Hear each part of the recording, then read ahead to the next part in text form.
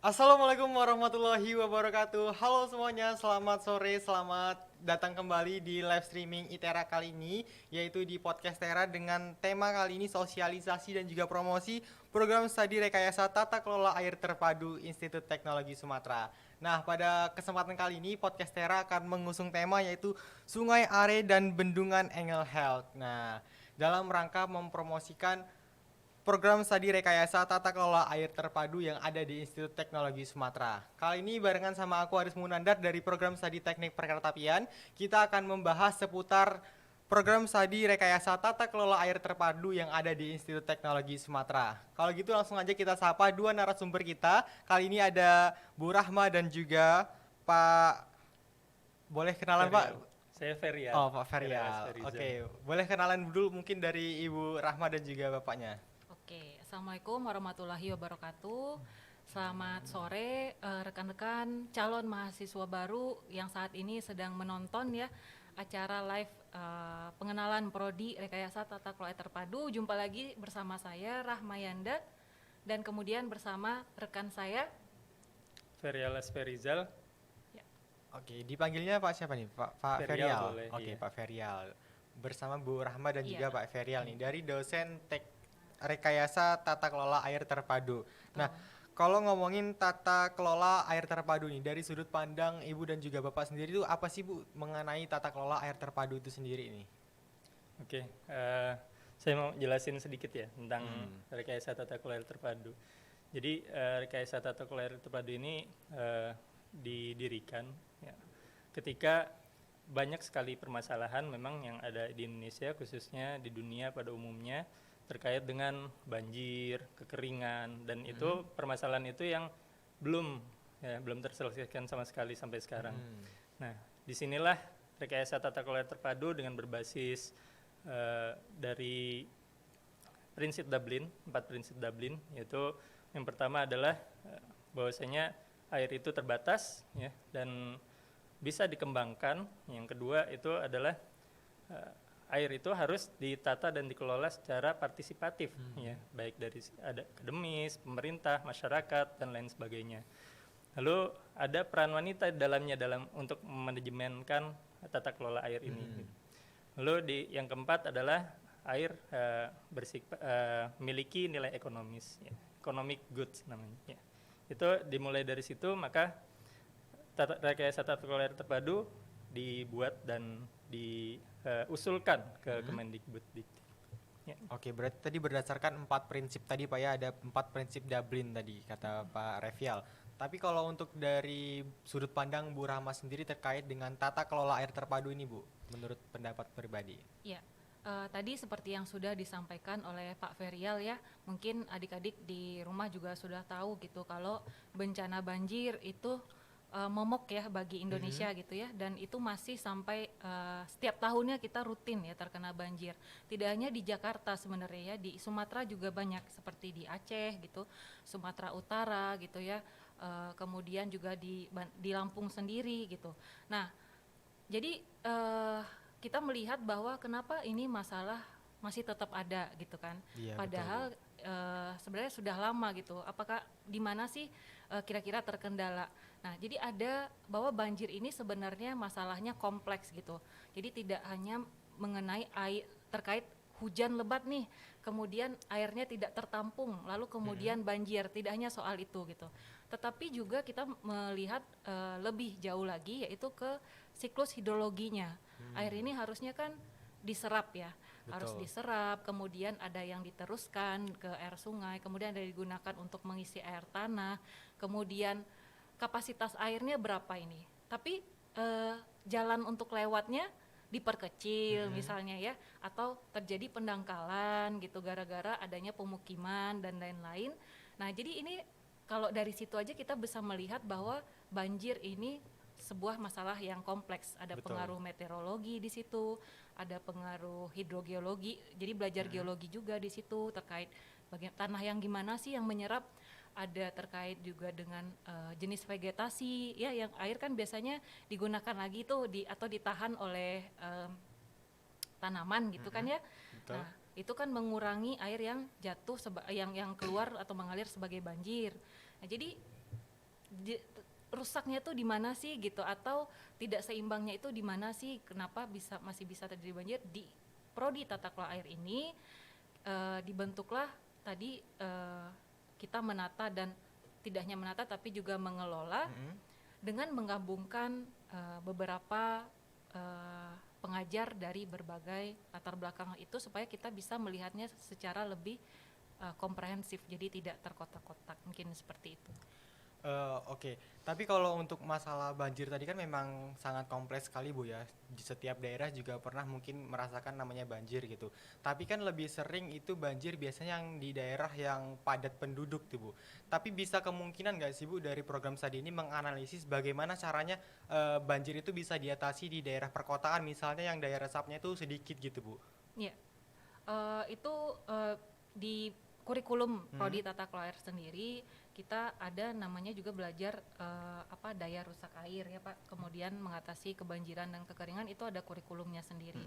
Nah, tentu untuk daerah yang banyak pemukiman itu biasanya kan di daerah urban ya kita sebutnya, betul. dan dengan daerah yang perkampungan atau rural itu berbeda cara mengatasinya, karena terkait dengan keterbatasan wilayah serapan gitu kan ya, kemudian juga banyak berbagai kepentingan biasanya nih kalau di pemukiman ya kan.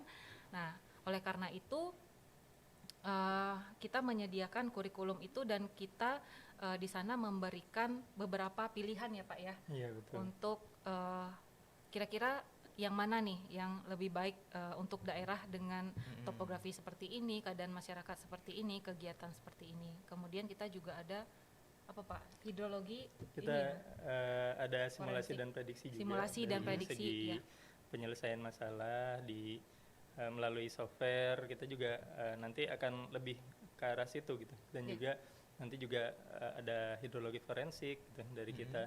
Itu mata kuliah khusus, dan kita memang ada 2 kelompok keahlian nanti ya terkait dengan hidrologi forensik dan simulasi dan prediksi, karena kekompleksan itu tadi dari segi yang disebut oleh Bu Rahma, hidrogeologi, surface water, groundwater, dan meteorologi itu juga sangat berpengaruh. Selain itu juga tadi yang di prinsip Dublin yang terkait dengan partisipatif, pendekatan partisipatif, itu masyarakat juga harus jadi bagian dari rekayasa tata kelola air secara terpadu itu gitu. Masyarakat, pemerintah, dan lain-lainnya. Karena itu kita ada kurikulum juga terkait analisis kebijakan dan kebijakan terkait dengan air. Nah, lalu juga ada juga mata kuliah terkait dengan tadi simulasi prediksi, terus tata kelola das, pemodelan.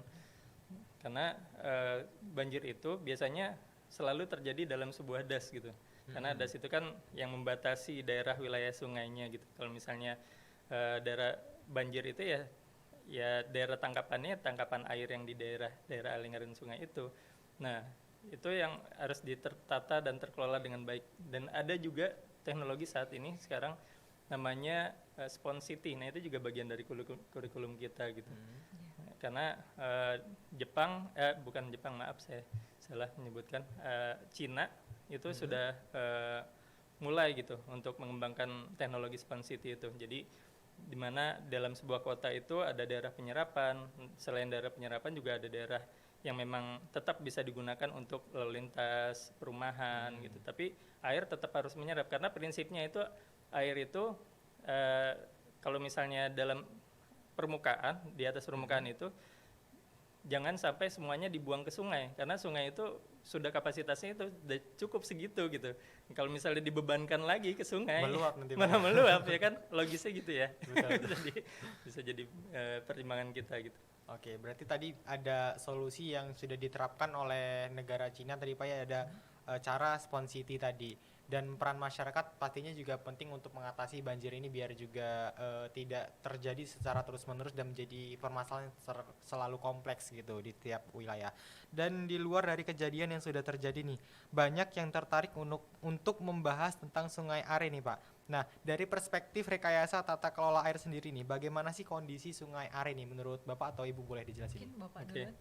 Ya, pertama-tama saya ucapkan turut berbela sungkawa terhadap meninggalnya anak dari Gubernur Jawa Barat, Bapak Ridwan Kamil. Ya. Tapi di sini kita akan membahas secara komprehensif lagi terkait dengan sumber air ini. Ya, sumber air ini dia tahun 1960 itu masih sangat kotor sebenarnya. Ya, dan banyak busa dan perindustrian semuanya mengeluarkan hasil industrinya itu, limbah-limbah industrinya itu ke sungai Are, sehingga masih penuh dengan limbah. Ya, pada saat itu karena belum ada gitu yang sadar terhadap sungai itu hanya digunakan untuk industri lah segala macam, tapi tidak dari pengelolaan juga gitu. Makanya dari itu di tahun 1963 itu ada korban jiwa gitu yang meninggal akibat minum air di sungai Are itu. Setelah itu ada kesadaran gitu dari masyarakat untuk ke pemerintah agar supaya tertata dan terkelola dengan baik industri-industri pembuangan limbahnya, dibuat adalah tempat pembuangan limbah yang terpusat gitu dan tidak langsung dibuang ke sungai Are. Nah itu menghabiskan dana sekitar 5 miliar francs Switzerland. Ya, itu senilai dengan 760 triliun rupiah gitu. Nah, tapi itu tidak sebanding juga dengan masyarakat yang mengalami musibah itu gitu ya. Nah, oleh karena itu setelah adanya pengelolaan limbah itu, maka makin lama kesadaran masyarakat, jadi sungai itu menjadi bersih gitu, jadi bersih.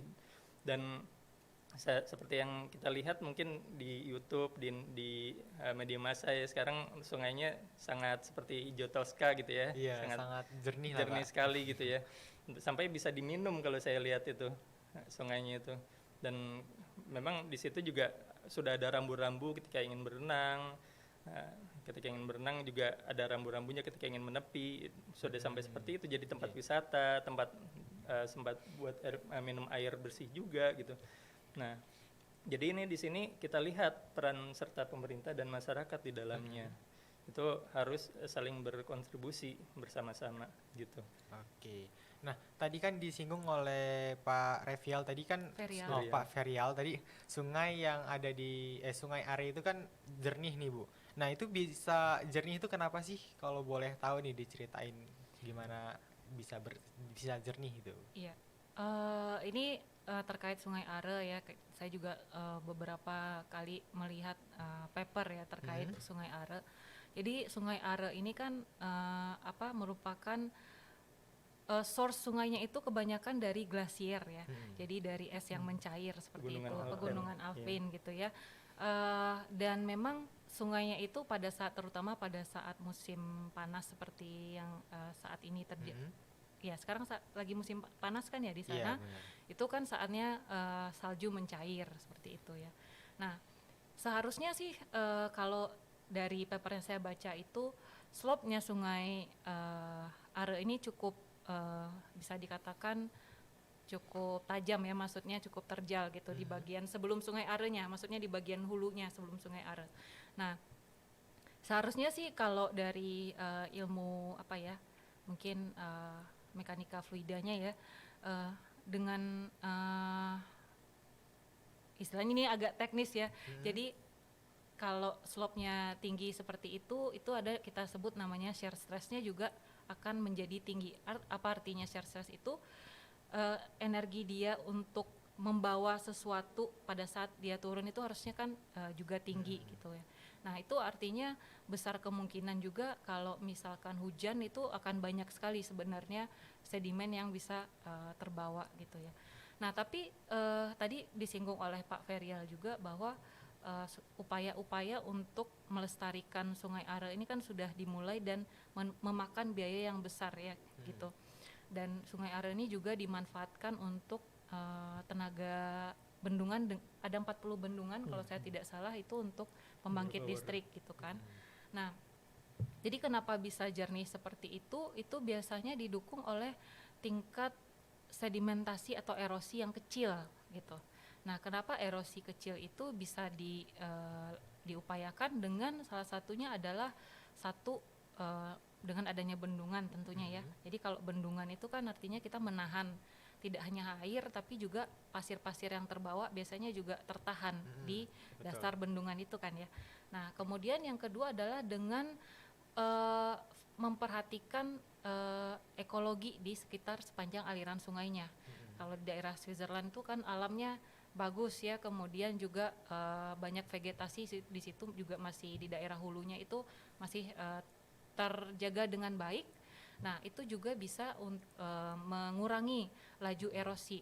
Kemudian juga yang terpenting adalah daerah aliran sungainya itu dijaga memang besar kan ya. Betul. Karena dengan adanya salju yang mencair dari pergunungan Alpen, kalau mencair itu kan otomatis debit atau alirannya jadi tinggi. Iya, jadi tinggi. Nah, kalau misalkan debit ini tertahan oleh pemukiman misalnya seperti itu, air ini dia gini, dia ibaratnya kalau kita gampang menalarkan itu ya, air punya energi.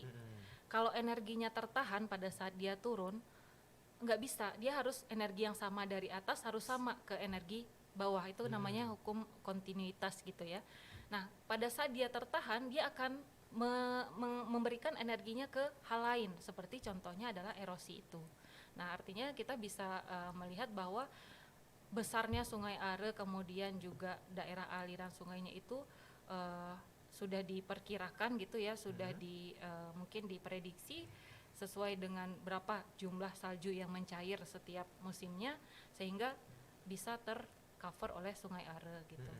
Ya itu tadi kurangnya sedimentasi itu sih kalau bendungan ya, kalau ada 40 itu saya rasa kan banyak bendungan-bendungan yang berfungsi untuk menahan sedimen juga di Are gitu. Oke, tadi Ibu nyebutin soal bendungan ya Bu ya. Apa sih lingkup yang dipelajari dari rekayasa tata kelola air ini yang membahas terkait pengelolaan air dan berbagai sumber air tadi seperti bendungan tadi Bu? Kaitannya gitu Bu dengan pembelajaran yang ada di prodi TKA ini dengan bendungan tadi Bu. Oke, mungkin pertama bendungan itu fungsinya apa? Aris tahu nggak salah satunya? Menahan debit air sih. Kenapa harus ditahan? Karena kalau terlalu berlebihan untuk air itu mengalir begitu jauh itu bisa mengakibatkan luapan air yang tinggi mungkin. Itu satu, itu berarti dari sisi pandang daya rusak airnya. Betul. Mungkin ya. Nah, yang kedua apa? Ada lagi nggak? Mungkin yang di rumah yang lagi menonton ada yang tahu nggak? Iya, ini jawab. banyak nih, ada 28 orang, mungkin ada yang tahu, silakan. Saya tiba-tiba ditanya jadi dagdikduk nih mau jawab apa. Mungkin bisa di chat ya di kolom komentarnya, menurut kalian kenapa sih ada bendungan gitu. Nah, mungkin salah satunya adalah untuk tadi menahan air, karena air ini kan krusial ya, Riz. Ada yang memerlukan untuk pertanian, ada yang memerlukan untuk energi, ada yang memerlukan untuk kegiatan industri. Nah, ini kalau dibuang begitu aja, terus gimana? Kan air hujan itu salah satu sumber air yang utama selain air tanah ya. Harusnya kan air tanah itu dikurangi pemakaiannya, jadi harus air permukaan dulu nih. Nah, itulah yang dipakai disebar untuk berbagai kegiatan, termasuk pemukiman. Nah, jadi kalau di tata kelola air sendiri itu kita ada terkait tadi daya rusak air, kita ada ya pembelajaran terkait daya rusak air. Kemudian juga kita ada terkait dengan sedimentasi ya Pak ya, tadi mengurangi sedimentasi. Kemudian juga salah satunya adalah untuk irigasi. Jadi untuk berbagai keperluan, berapa nih daya tampung bendungannya misalnya. Kemudian untuk 5 tahun atau 10 tahun ke depan dengan tren perubahan ekonomi yang seperti ini misalnya, atau penambahan penduduk misalnya berapa jumlahnya per tahun misalnya kayak gitu ya. Nah, tercukupi nggak dengan siklus hidrologi yang ada di das tersebut kayak gitu. Nah, itu juga kita yang coba simulasikan dan prediksikan gitu. Mungkin Pak Fe ingin menambahkan? Iya betul, memang tadi udah disebut terkait dengan pengendalian banjir, itu juga kan tadi ya, mengendalikan daya rusak, itu juga salah satunya untuk mengendalikan banjir juga. Lalu untuk irigasi, bisa juga untuk power plant, PLTA ya. Seperti di Indonesia sendiri sudah ada sih memang. Nah, untuk di Bendungan Engelhard ini dulu pada sebelumnya itu malah dikelola dengan perusahaan Velso namanya. Nah, perusahaan Velso ini yang mengelola bendungan untuk dikelola sebagai PLTA gitu.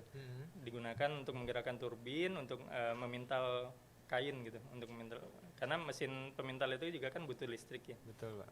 Nah, itu dikelola dengan energi sebesar 800 kW. Namun setelah kesini ya, bendungan Engelhead dan Sungai Are ini dijadikan salah satu warisan dunia yang tidak benda gitu namanya. Nah, pada tahun 2017 itu UNESCO menjadikan Sungai Are dan sekitarnya itu merupakan bagian dari warisan dunia tidak berbenda gitu. Nah, ini di bendungan Engelhead ini dia pada saat ini dikelola oleh pemerintah. Nah, seperti itu juga di Indonesia. Pada saat ini Indonesia tadinya pada tahun 2004 itu di Undang-Undang Undang-Undang Nomor 17 tahun 2004 itu setiap air itu dikelola oleh swasta gitu.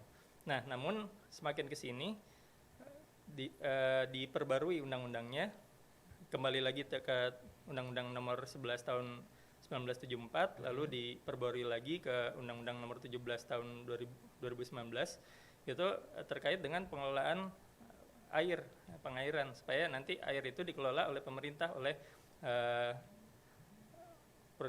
perusahaan BUMN dan BUMD gitu. Nah, saat ini seperti itu juga di daerah sana di bendungan Engelhead ini sudah dikelola. Tapi untuk perusahaan Engelhead itu tetap diberikan jatah listrik sampai seterusnya gitu, sampai tidak dibatasi waktu gitu. Nah, bendungan Engelhead ini mempasoki listrik tadi sebesar 2.500 rumah yang ada di sana gitu. Nah, ini listrik ini tentunya juga bagian dari kebutuhan masyarakat ya, udah seperti kebutuhan pokok gitu untuk masyarakat. Selain pangan, air itu sendiri juga kebutuhan pokok. Tadi air bersih yang disebut oleh Bu Rahma, kalau air bersih itu tadi bisa diminum malah sungainya sendiri. Malah pernah ditemukan di situ ikan lele yang sebesar 1 meter gitu. Itu berarti kan menandakan bahwa air itu tidak tercemari gitu. Jadi sebenarnya yang habitat yang ada di situ hidup karena tidak tercemarnya sungai itu gitu. Nah, karena itu memang inilah perlu tata kelola air secara menyeluruh, secara terintegrasi. Tadi ada masyarakat, ada pemerintah, akademisi. Nah, termasuk nanti lulusan tata kelola air ini yang akan menjadi ya pelopor gitu ya untuk supaya bisa menjadikan Indonesia ini tertata dan terkelola airnya secara baik. Oke, itu jadi tata kelola air itu berarti memang sangat penting Bu ya untuk kebersihan dan juga kejernihan dari air tadi juga. Terus jadi fungsi bendungan tadi menjadi salah satu sumber listrik juga untuk masyarakat yang ada di sekitar sungai apa tadi Sungai Engelhead tadi. Bendungan Engelhead tadi. Okay. Nah, tapi kalau untuk terkait dengan prodi yang ada di ITERA itu program studi yang ada di ITERA itu akan berkontribusi nggak sih untuk perairan yang ada di Lampung khususnya, atau bahkan sampai ke Sumatera dan juga di Indonesia nantinya, Bu? Oke, terima kasih. Jadi tentu saja sebagai dosen program studi rekayasa tata kelola terpadu, ini ada kewajiban bagi kami ya yang mengajar itu untuk memperkenalkan sekaligus supaya mahasiswa itu memahami dan ada experience ya untuk benar-benar paham gitu masalah air di Sumatera khususnya seperti apa gitu ya. Nah, kita juga sudah mulai melakukan kunjungan instansi, kemudian diskusi ke yang pertama itu kemarin kita ke BBWS Mesuji Sekampung untuk tahu hingga sekarang itu kendalanya apa, kemudian juga biasanya SDM yang dibutuhkan itu seperti apa di sana, dan ini akan terus kami lakukan ya dalam setahun dan tahun-tahun ke depan untuk memperluas lagi jaringan. Nah, kemudian juga prodi tata kelola terpadu ini mempunyai bukan punya ya. Jadi kita di ITERA ini ada namanya Pusat Riset dan Inovasi ya. Jadi yang mewadahi kayak penelitian-penelitian gitu antar kakak di ITERA ya. Jadi bukan antar prodi lagi tapi antar kakak. Nah, prodi TKA juga salah satunya nanti ada Purino Air namanya. Nah, disinilah juga akan menjadi wadah kita untuk menjalin kerjasama tidak hanya di Provinsi Lampung tapi juga di tetangga dan tetangga-tetangga lainnya di Pulau Sumatera gitu. Jadi kami ini belum setahun ya prodi TKA berdiri. Kami akan terus memperluas jaringan, kemudian juga memperkenalkan mahasiswa melalui instansi tersebut gitu, kerjaannya kira-kira seperti apa, gambarannya seperti apa, dan mengikutkan mereka juga untuk penelitian-penelitian nanti yang akan kita kerjasamakan dengan instansi tersebut gitu. Berarti nanti untuk mahasiswa dari program studi TKA juga akan melakukan penelitian secara langsung Bu ya, datang ke tempat di mana sungai berada mungkin atau sumber air yang akan dijadikan penelitian. Dan di Lampung sendiri kan juga ada bendungan kalau nggak salah Bu ya, ada bendungan di daerah Pesawar tuh. Itu kalau dari sisi TKA sendiri melihat bendungan yang ada di Lampung itu berpotensi untuk perairan di Lampung sendiri gimana Bu menurut Ibu? Oke, ya memang ada bendungan yang sangat besar saat ini ya, yang sudah dibangun, itu namanya bendungan Wai Sekampung. Nah itu digunakan nanti untuk pengolahan air bersih, untuk irigasi dan penyaluran air bersih gitu. Nah itu nanti dikelola ya menjadi yang difungsikan tadi untuk irigasi dan air minum. Nah, ada juga yang untuk listrik juga tadi ya, di Batu Tegi dia. Nah, itu bendungan-bendungan itu dimanfaatkan oleh tadi BUMD, termasuk yang sudah kami kunjungi tadi BBWS Mesujik Sekampung yang mengelola itu gitu. Nah, dan kita ke sana, kemarin sudah ke sana ya. Kita mau perkenalkan sebagai prodi TKA dan ingin memberikan informasi terkait dengan lulusan dari Rekayasa Tata Kelola Terpadu ini ke instansi-instansi yang ada di Lampung gitu. Jadi ada banyak juga nanti kemungkinan untuk lulusan diterima di mana gitu, diterima yang ada instansi-instansi yang ada di Lampung ini gitu. Oke, ini kan menariknya soal tata kelola air ini kan pasti berkaitan dengan air Bu ya. Tadi juga bisa mengetahui tentang air yang bersih yang bisa diminum juga. Nah sebenarnya kalau untuk air bersih yang bisa diminum itu dia sumber airnya itu memang udah ada atau memang bisa dibuat untuk menjadi sumber air yang bersih gitu Bu? Bentar, sumber air bersih yang bisa diminum ini sih sebenarnya prodi TKA ini lebih ke apa ya? Walaupun kita menyinggung mengenai kualitas ya, tapi untuk memastikan air itu bisa digunakan untuk berbagai keperluan itu sebenarnya ada prodi teknik lingkungan. Nah gitu. Kita adalah memastikan sumber daya airnya gitu ya Pak ya, mencukupi atau prediksinya bagaimana nih 5 atau 10 tahun ke depan berdasarkan perubahan-perubahan yang terjadi di lahannya. Jadi kita memastikan kuantitas dan kualitas mungkin untuk air bakunya. Tapi kalau setelah dari air baku nanti dirubah menjadi untuk air minum gitu misalnya ya. Nah itu lebih ke program studi teknik lingkungan karena memang mereka ekspertisnya adalah di pengolahan air, ya, termasuk limbah juga seperti itu. Oke, nah tapi kalau untuk ngomongin soal program studi tata kelola air yang ada di ITERA Bu, itu keunggulan dari program studi ini sendiri apa sih dibandingkan dengan program studi yang lain gitu? Ya, mungkin dari saya dulu ya Pak ya.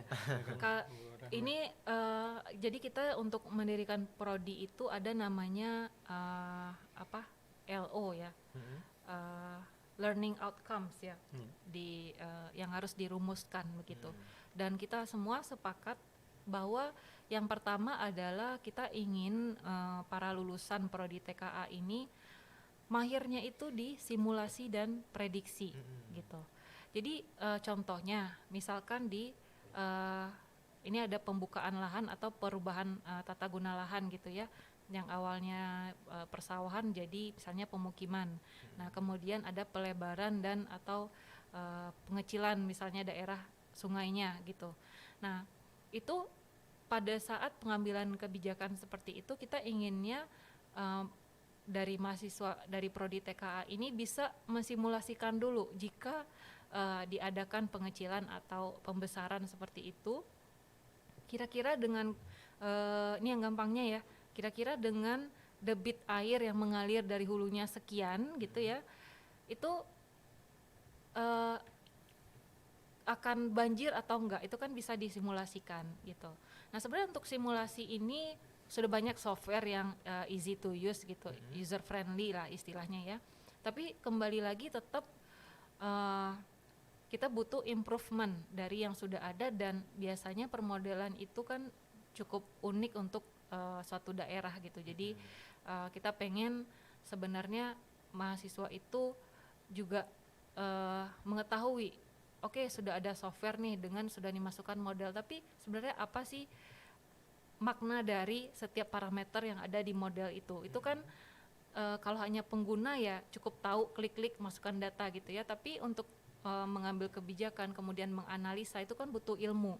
Makanya untuk meraih mereka bisa ahli simulasi dan prediksi itu butuh teori-teori yang mereka mantap dulu secara komprehensif seperti itu.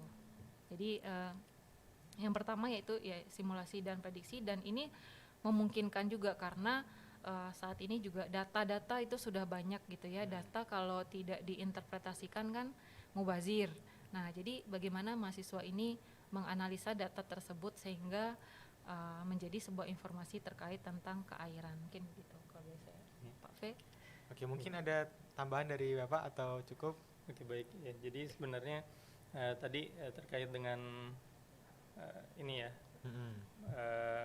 pelajaran yang akan dimulai oleh mahasiswa-mahasiswa TKA juga nanti, yang calon camaba nanti, tentunya yang pertama tahap persiapan bersama nanti ya akan dimulai dari situ dulu, lalu masuk ke semester meningkat ke pengenalan tentang rekayasa tata kelola terpadu itu sendiri dan air Indonesia yang ada di sekitarnya gitu.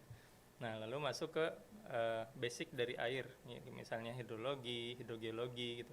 Nah, baru nanti setelah itu masuk ke kemampuan khusus, mata kuliah yang khusus gitu.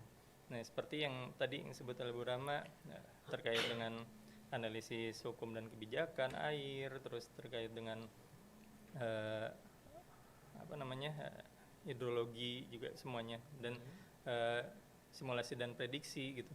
Nah, dan juga pengelolaan SDA, pengelolaan DAS gitu, daerah aliran sungai. Nah, ini yang mengkhususkan kita ketika kita ingin membuat simulasi dan prediksi itu seperti tadi Sponsity gitu. Nah, Sponsity itu akan bertahan seberapa tahun gitu, seberapa lamanya. Nah, ini kita harus simulasikan kebutuhan air yang ada di situ itu. Infrastrukturnya butuh berapa banyak. Nah, infrastruktur kan nanti ada dari teknik sipil ya. Nah, pengelolaan limbahnya bagaimana gitu. Nah, ini juga bagian dari teknik lingkungan. Nah, itu semuanya dipadukan sehingga di sini kita membuat sebuah wilayah dengan simulasi dan prediksinya di dalamnya dengan memadukan semua multidisiplin itu gitu. Jadinya dengan adanya lulusan-lulusan TKA ini, mereka bisa tahu gitu kira-kira kebutuhan air di sini itu berapa. Udah tahu kebutuhan air yang meresap ke tanah itu berapa banyak, groundwaternya berapa banyak. Nah, itulah yang dimaksud dengan simulasi dan prediksi. Lalu ada hidrologi forensik juga. Nah, hidrologi forensik ini khusus sekali karena baru pertama kali nih di Indonesia mata kuliah ini gitu. Nah, hidrologi forensik ini dia melihat gitu, kira-kira nih salahnya di mana. Misalnya tadi banjir ini salahnya di mana nih gitu, apakah di masyarakatnya kah, atau di pemerintahnya kah, ataukah akademisi tidak meneliti itu kah gitu kan. Padahal udah banyak gitu, misalnya sudah banyak penelitian tentang itu, tapi kok masih banjir saja gitu.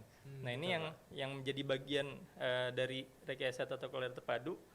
Bagaimana sih mengelola itu supaya semuanya itu bisa saling melengkapi gitu, supaya infrastruktur tetap ada gitu. Nah, ini teknik sipil. Nah, teknik lingkungan itu di bagian dari untuk pengelolaan air limbahnya. Nanti rekayasa tata kelola terpadunya itu menjadi planner untuk keseluruhan, dan juga karena untuk teknik sipil itu sendiri, kalau yang saya basicnya teknik sipil soalnya ya. Nah, itu ketika masuk ke dalam ranah kebijakan itu tidak bisa memutuskan gitu, karena ketika ada proyek untuk pembangunan infrastruktur, dia infrastruktur itu harus tetap dikerjakan dan sesuai dengan desain struktur itu sendiri. Nah, oleh karena itu perlu ini ditata dan kelola semuanya menjadi satu dengan multidisiplin yang ada, maka muncullah gitu simulasi dan prediksi dari mata kuliah yang ada di rekayasa tata kelola air terpadu.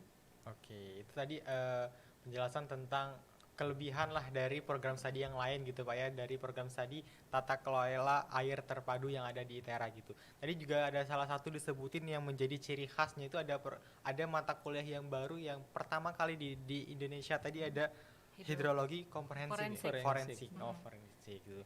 Jadi menjadi salah satu ciri khas juga kan, karena baru pertama kali nih katanya masih agak jarang gitu. Jadi kalau misalnya mahasiswa yang tertarik di bidang ini kan bisa masuk ke program studi ini gitu, biar bisa mempelajari lebih dalam terkait dengan hal ini. Nah, tapi kalau untuk ngomongin soal lulusan nantinya Bu, kira-kira apa sih bidang pekerjaan dan juga profesi yang bisa ditekuni oleh lulusan dari program studi ini Bu?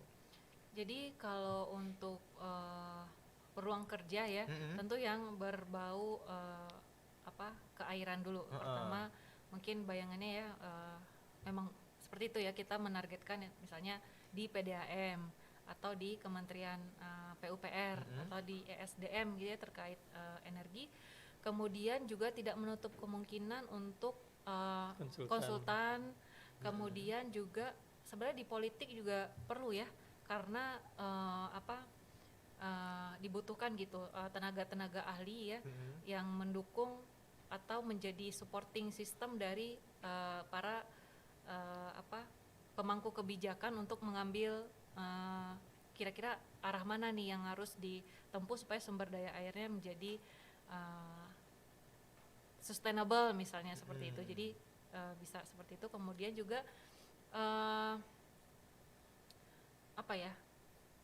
tadi konsultan sudah disebutkan ya Pak, sudah. Peneliti tentunya, peneliti misalkan di BRIN gitu ya. Kemudian di mana lagi Pak? Di Dirjen Sumber Akademisi Daya juga bisa ya, akademisi seperti itu. Oke, berarti memang banyak profesi dan juga pekerjaan yang bisa ditekuni oleh mahasiswa nantinya ketika mereka lulus menjadi lulusan dari program studi tata kelola air terpadu yang ada di ITERA gitu. Jadi nggak perlu ragu lagi masalah pekerjaan nantinya bakalan bisa kerja nggak ya gitu. Gini, saya pengen nambahin nih Aris. Jadi banyak juga ya kemarin itu saya ketemu ibu-ibu gitu ya yang belum masuk nih padahal ya anaknya ke perguruan tinggi. Mereka bilang terlalu banyak ya lulusan S1 ini gitu. Bingung nanti mau kerja di mana gitu ya. Nah, pada prinsipnya sebenarnya pertama kalau menurut saya adalah universitas kan menyediakan update-update ya ilmu terbaru untuk mahasiswa yang ingin memang berkontribusi menyelesaikan suatu masalah gitu. Itu dulu pertama. Nah, yang kedua adalah mahasiswanya juga harus pandai dalam melihat apa nih permasalahan yang akan terus-menerus terjadi dan perlu penanggulangan. Salah satunya suaranya kecil. Oh iya, salah satunya adalah air ya. Air ini sampai kapanpun itu akan menjadi challenge tersendiri ya. Bahkan kalau sampai terus meningkat populasi, terus kemudian daerah-daerah yang dulunya kampung menjadi kota, itu air bukan free lagi, tapi bisa berantem orang gara-gara air bersih, ya enggak? Betul. Saya butuh ini nih buat pertanian saya, oh enggak saya butuh ini buat perusahaan saya juga butuh ini buat tambak. Nah itu kan jadi ITERA ini sesuai ya dengan salah satu prinsipnya itu ada pelopor gitu ya. Jadi melihat ini sebagai sesuatu yang nggak bisa main-main kalau mengenai air. Air ini bisa menjadi kayak emas nantinya gitu ya kalau Betul. tidak dijaga seperti itu. Makanya kita berharga. sustainability berharga ya kan. Makanya kalau dilihat dari latar belakang itu aja gitu ya, harusnya kita bisa berkontribusi di mana-mana gitu. Asalkan ya sama-sama ingin belajar, sama-sama ingin terus mengupdate ilmu seperti itu. Betul. Jadi bergabunglah di Prodi Rekayasa Tata Kelola Terpadu seperti itu. Biar ketemu dengan Bu Rahma dan juga Pak Pak. Ferial ya. Oke. Nah, untuk jalur masuk sendiri nih Bu, kira-kira masih ongoing nih untuk yang mahasiswa yang mau masuk ke program studi Rekayasa Air Terpadu nih yang masih bisa didaftarin Diikutin gitu. gitu ya. Bisa daftar. Oke. Itu ada jalur masuk apa aja Bu? Iya, ini saya lihat kan ada 14 orang nih yang nonton. Ini adik-adik yang ada di rumah ya, mungkin bisa disampaikan juga kepada teman-temannya yang lain atau mungkin orang tuanya. Di ITERA ini sekarang kan biasanya di ITERA itu membuka jalur SNPTN, SBMPTN, tapi kan udah lewat ya. Iya, sudah lewat. Sudah lewat tesnya, sekarang sedang berjalan itu pendaftaran seleksi masuk mandiri SMMPTN. Nah, ini dibuka dari tanggal 1 April sampai 27 Juni ya. Jangan lupa dicatat tanggalnya 27 Juni. Dan itu ujiannya adalah tanggal 30 Juni, rekan-rekan ya. Nah, kemudian tidak hanya itu, ITERA juga punya 2 lagi ya, kalau belum bisa di SMM itu juga ada USMPK namanya. Ini khusus untuk yang mempunyai prestasi, misalkan tahfiz ya, hafiz Quran misalnya, kemudian mempunyai Olimpiade, iya, pernah memenangkan Olimpiade skala nasional misalnya. Jadi ada beberapa kemampuan atau prestasi yang juga dinilai oleh ITERA dan itu diapresiasi dengan mengadakan jalur USMPK namanya ya. Itu bisa dicek detailnya juga di website PMB dan ini pendaftarannya dari 11 sampai 19 Juli 2022 dan seleksinya nanti itu 22 sampai 23 Juli. Kemudian yang terakhir juga ada ujian seleksi khusus. Nah, ini khusus untuk prodi-prodi yang baru saja didirikan oleh ITERA. Salah satunya adalah Rekayasa Tata Kelola Terpadu. Kemudian tadi mungkin rekan-rekan juga sudah mendengar ada instrumentasi dan otomasi, ada juga migas, dan juga ada rekayasa kosmetik. Nah, 4 prodi ini nanti akan membuka juga jalur USK ya, prodi baru. Itu pendaftarannya 11 sampai 20 Juli. Dicatat ya adik-adik yang 24 orang. Nah, kemudian proses seleksinya ini 21 sampai 22 Juli 2022. Jadi semuanya ada di website PMB ITERA gitu. Oke, berarti masih banyak dan juga masih banyak. punya kesempatan mahasiswa Ya. yang mau daftar. Misalnya nanti pengumuman SBM kan tanggal 23 nih, insya Allah kalau jadi gitu kan. Kalau misalnya gugur di SBM masih bisa coba lagi di SMPTN Barat Iya. atau di USMPK atau di ujian Seleksi seleksi khusus. khusus tadi. Ini waktu yang paling dekat banget malah di SMM. 20 Juni ya. 27 Juni Itu ya, SMM ya. Berarti Jadi kalau segera nih. Segera. Harus segera. misalnya 23 pengumuman nih, aduh belum rezeki di SBM ya Masih bisa ada langsung waktu, daftar di masih ada SMPTN waktu. Barat gitu. Betul. Jadi jangan ragu-ragu lagi buat masuk ke prodi Tata Kelola Air Terpadu yang ada di ITERA. Sama gitu. jangan ragu dan jangan mudah menyerah. Ha-ha, gitu. betul. Iya. Ya, kalau Tidak peluang satu masuk jalan TKA, ada yang nanya peluang masuk TKA itu 100 orang paling enggak ya, Bu Rama untuk ditargetkannya ya. 100 ya, tapi itu 100 tersebar dari informasi. SN sampai Iya, betul, ini. semuanya. Termasuk dari SNPTN, SBMPTN Iya. sampai ke ujian Masih sangat-sangat menerima. Silakan aja Mas mendaftar ya, rekan-rekan pilih aja jalur yang mana. Iya, betul.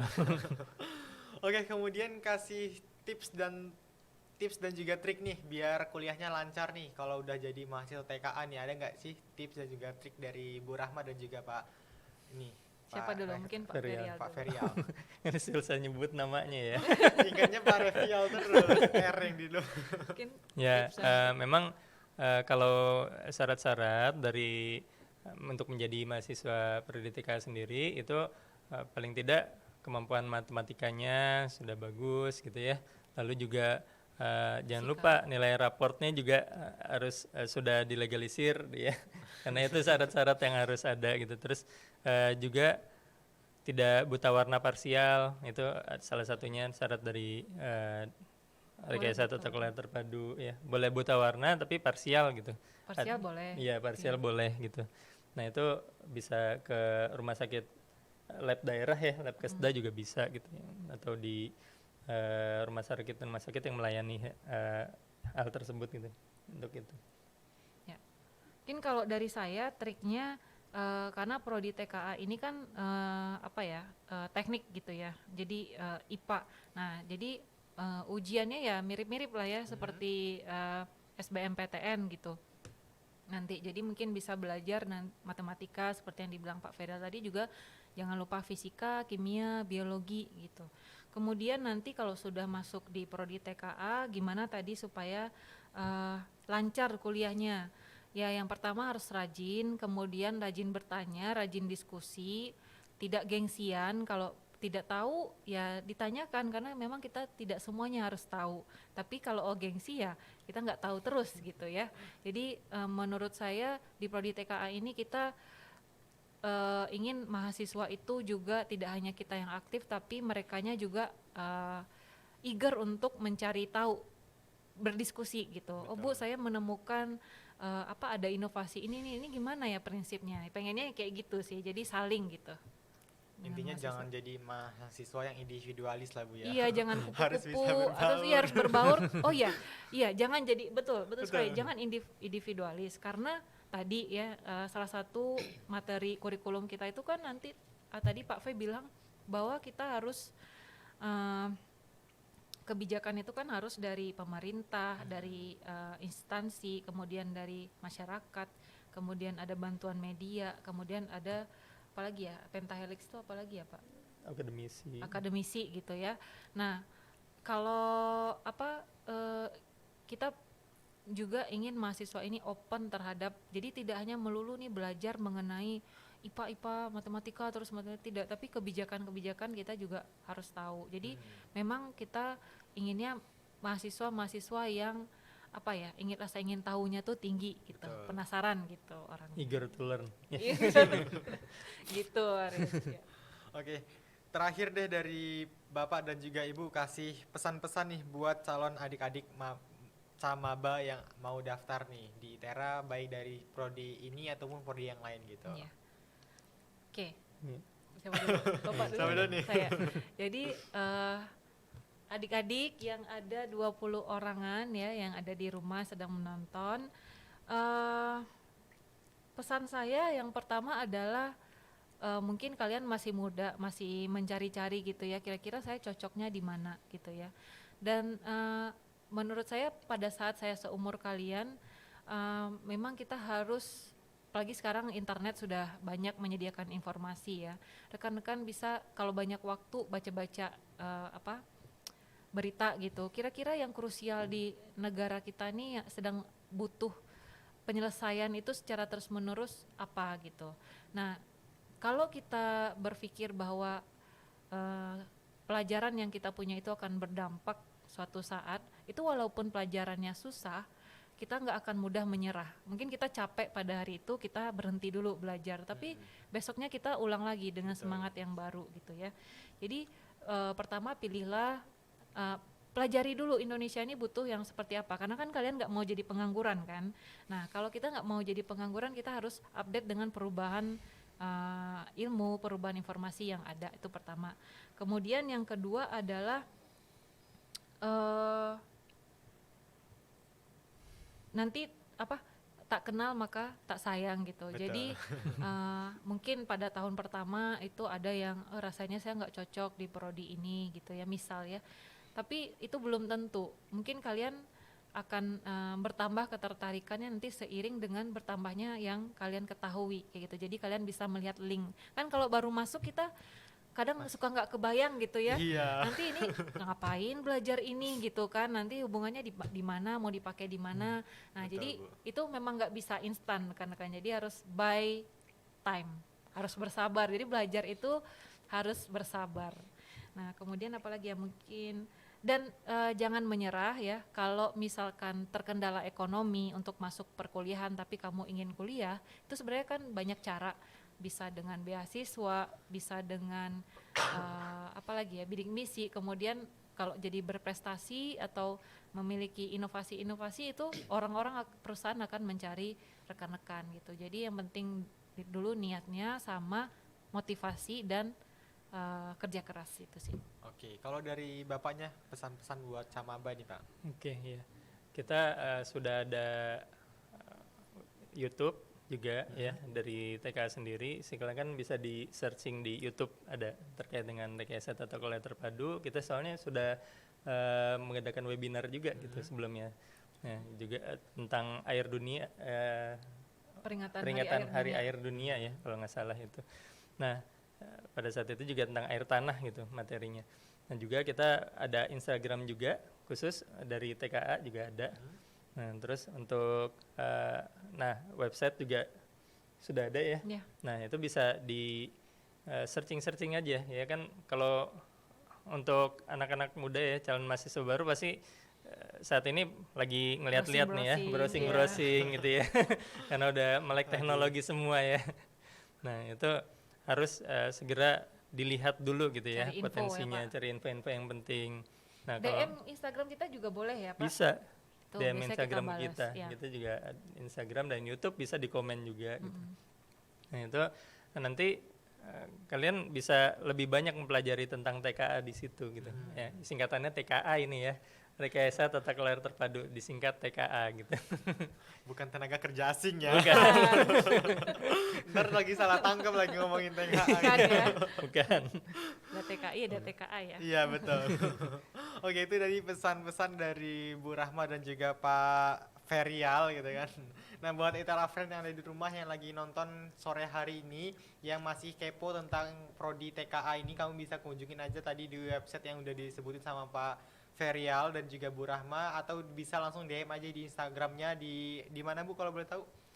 TKA Prodi TKA ITERA. Oke, di prodi TKA ITERA gitu. Jadi yang masih kepo-kepo bisa langsung aja ditanyain sama prodinya, langsung nanti bakalan dibales lewat DM-nya gitu. Nah, itu dia tadi pembahasan singkat tentang program studi tata kelola air terpadu yang ada di Institut Teknologi Sumatera. Kalau gitu terima kasih banyak Terima buat kasih, Bu Aris. Rahma. Terima kasih, Aris. Terima kasih Pak Ferial.